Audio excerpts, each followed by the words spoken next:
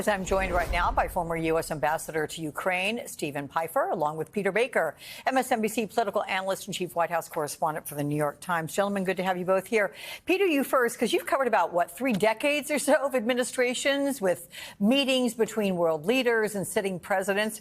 What went through your mind when you witnessed that whole episode?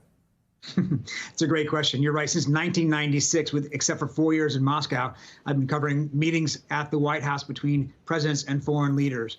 And we've never seen anything like this. Never. No. That doesn't mean there are not tensions. Obviously, American presidents feel frustrated at times with even their closest allies. And sometimes they have some pointed words in front of the cameras. But you never see this kind of a verbal brawl in public like this. And it seemed at some point to be, if not intentional, at least they didn't seem to shrink away from it. They wanted, I think, in some ways to put him back in his box, if you will. Look, President Trump and Vice President Vance have made it very clear they don't like Volodymyr Zelensky. It's personal.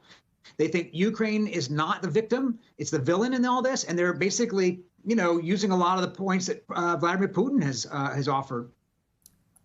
All of that, what you just said, is stunning. But let me go to you, Ambassador Pifer, because you said, sir, of J.D. Vance in this meeting that he could not have done more damage and created greater joy in Moscow were he a Russian agent. So can you explain how unprecedented this was? And can this kind of damage to our foreign relations be repaired?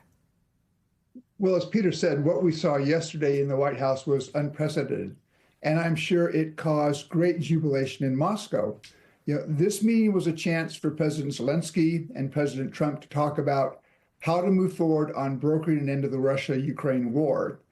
And they never had that chance. I think J.D. Vance blew that meeting up intentionally. I don't understand why.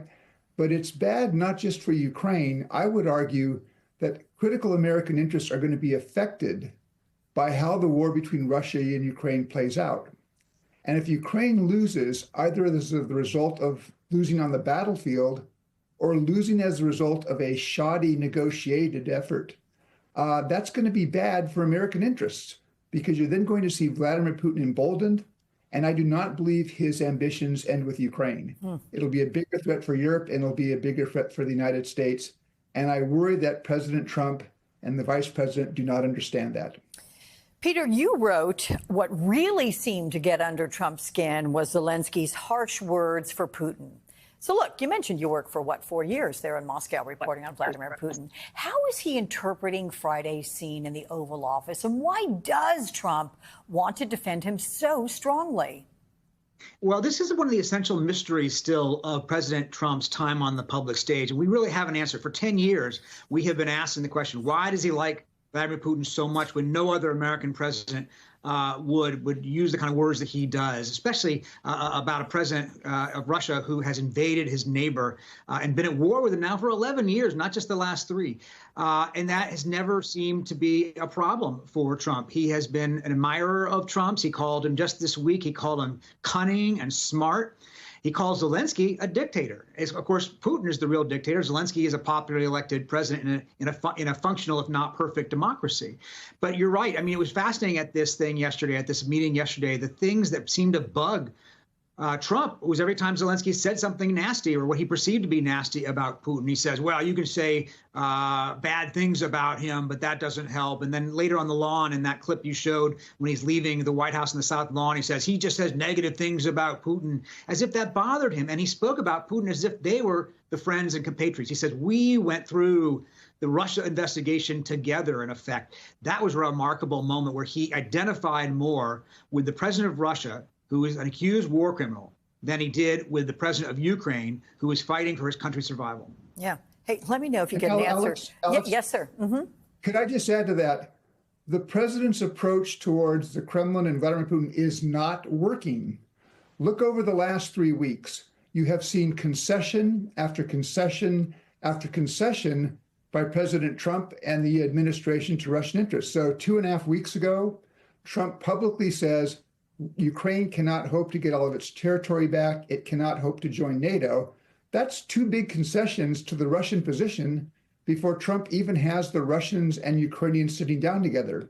Then he begins to break Putin out of the isolation that Western leaders have imposed on him for 3 years by saying, I'm going to meet Putin, and we should have Putin back in the G8.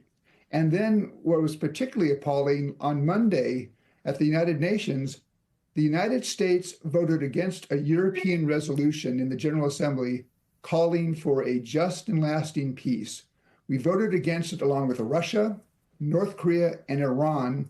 The reason the United States voted against that is because it named Russia as the aggressor. And for all of these concessions, all these moves towards Russia, if you look in the last 3 weeks, the president has not gotten a single thing from Russia of benefit to the United States. In fact, the Russian position appears to be hardening. This is not the way to deal with Kremlin, not the way to deal with Vladimir Putin. Putin just sits back and says, I'm getting these concessions. I'm going to wait for Trump to make more because he sees Trump as weak. Thought-provoking there. And you're right to point out all those things that have happened of late. Let me ask you, Peter, about the sound that we played earlier and what you make of top Republicans like Lindsey Graham and Marco Rubio doing these 180s on supporting Ukraine. With few exceptions, Republicans have all fallen in line with Trump after yesterday's confrontation. Will it last?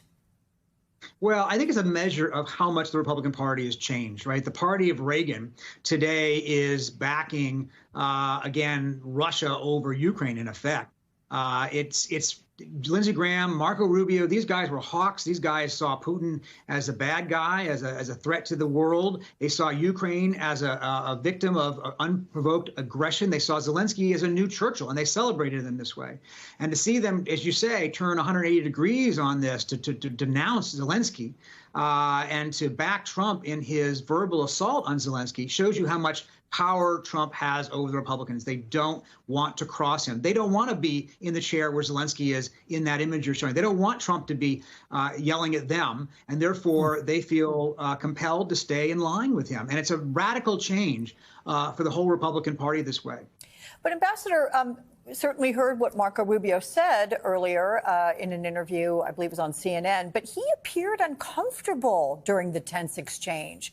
How difficult will the job of Secretary of State be if the president and vice president continue undermining allies? Yeah, I think you're exactly right, Alex. I mean, Secretary Rubio looked very uncomfortable in that session because he's the person who has the lead on trying to pull this negotiation together. And right now you have this rift between the United States and Ukraine. Secretary Rubio, he's met with the Russians, but again, on issues that would try to bring this negotiation closer, the Russians have not made a single move. So his job has been made immensely more difficult by what happened yesterday. And he's also, I think, looking at a situation where now the Europeans, who could be helpful, the administration would like Europe, for example, to provide a peacekeeping or reassurance force. You have this meeting tomorrow between key European leaders and Zelensky, and I think that meeting is going to talk about what can we in Ukraine do if, in fact, as it appears yesterday, the Trump administration may be preparing to throw Ukraine under the bus. All right, Ambassador Stephen Pifer, thank you, sir, so much. Peter, I'm going to ask you to stick around because I want to ask you about the situation at the VA a little bit later in this hour.